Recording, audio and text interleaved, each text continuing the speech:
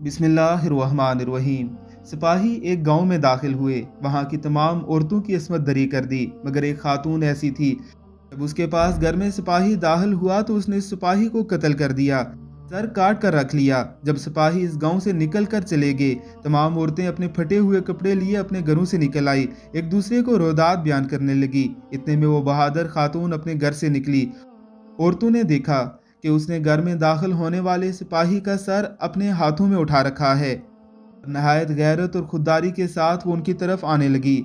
इस खातून ने बुलंद आवाज से कहा, क्या तुमने सोच लिया था कि मैं इसे मारे बगैर या वो मुझे मारे बगैर वो मेरी इज्जत को हाथ लगा सकता है? गांव की औरतों ने एक दूसरे की तरफ देखा और फैसला किया कि इसे कत्ल कर दिया जाए ताकि उनकी इज्जत बाकी रहे। उनके शोहर काम से वापस आने पर उनसे ये ना पूछें कि तुमने इसकी तरह मजामत क्यों नहीं की। उनने इस बहादुर खातून पर हमला करके इसे कत्ल कर दिया।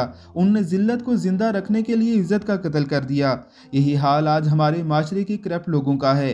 वो हर इज्जतदार को मारते, हर दीनी शख्स को हकीर जानते ताकि वो इनकी करप्शन के खिलाफ बात न कर सकें। यही हाल दुनियादारों का है जो अपनी बेदीनी छुपाने के लिए उलमा को हकारत से मौलवी कहते हैं। असल में ये लोग अपनी इज्जतें गुमा चुके हैं, इज्जतदारों का जीना हराम कर रखा है।